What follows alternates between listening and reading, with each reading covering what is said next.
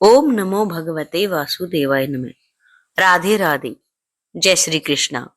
प्यारे भक्तों, लगातार हम सुन रहे हैं माघ मास महात्म्य और आज हम सुनेंगे माघ मास महात्म्य का अध्याय छठा। लगातार अध्याय सुनने वाले जो माघ मास में स्नान करते हैं वो लगातार इन अध्यायों को नित्य प्रति सुने। आइए सुनते हैं माघ मास का महात्म्य। अध्याय 6।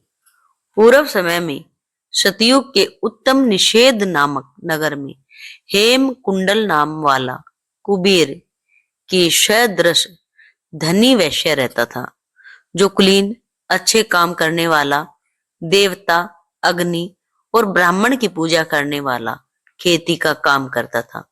वह गौ, घड़े, भैंस आदि का पालन करता था।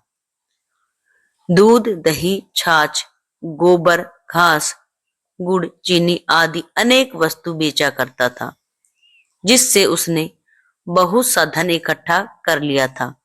जब वह बूढ़ा हो गया तो मृत्यु के निकट समझकर उसने धर्म के कार्य करने प्रारंभ कर दिए। भगवान विष्णु का मंदिर बनवाया, कुआं, तालाब, बावड़ी, आम, पीपल आदि के वृक्ष लगवाए तथा सुंदर बाग बगीचे लगवाए।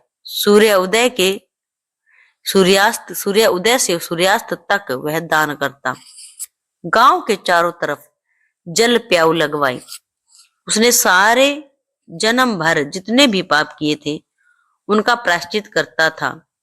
इस प्रकार उसके 2 पुत्र उत्पन्न हुए, जिसका नाम उसने कुंडल और विकुंडल रखा। जब दोनों लड़के युवावस्था के होते हुए तो हेम कुंडल वैश्य गृहस्थी का सब कार्य सौंप कर तपस्या के निमित्त वन में चला गया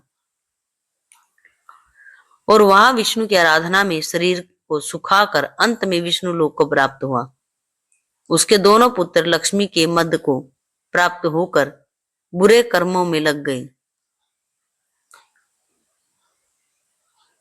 वैश्यगामी वीणा और बाजे लेकर वैश्याओं के साथ गाते फिरते थे। अच्छे सुंदर वस्त्र पहनकर सुगंधित आदि तेल आदि लगाकर भांड और खुशामदियों से घिरे हुए हाथी की सवारी और सुंदर घरों में रहते थे। इस प्रकार ऊपर बोए बीज के सदृश वह अपने धन को बुरे कामों में नष्ट करते थे। कभी किसी सत पात्र को दान आदि नहीं करते थे, न ही कभी हवन, देवता या ब्रह्मा जी की सेवा या विष्णु जी का पूजन ही करते थे। थोड़े दिनों में उनका सब धन नष्ट हो गया और वह दरिद्र को प्राप्त हो अत्यंत दुखी हो गए। भाई जन, सेवक, उपजीवी सब इनको छोड़कर चले गए। तब इन्होंने चोरी आदि करना आरंभ कर दिया और राजा के भय से नगर को छोड़कर डाकुओं के साथ वन में रहने लगे और वहां अपने तीक्ष्ण बाणों के वन के पक्षी, हिरण आदि पशु तथा हिंसक जीवों को मारकर खाने लगे। एक समय इनमें से एक पर्वत पर गाय, जिसको सिंह मारकर खा गया, और दूसरा वन को गया, जो काले सर्प के डसने से मर गया। तब यमराज के दूत उन दोनों को बांधकर यम के पास लाए और कहने लगे कि महाराज, इन दोनों पापियों के लिए क्या आज्ञा है। हमने सुन लिया है प्यारे भक्तों, छठा अध्याय संपूर्ण हुआ। अध्याय सुनने वाला चैनल को सब्सक्राइब कर ले और कमेंट में जय श्री राधे या जय श्री कृष्णा जरूर लिखें।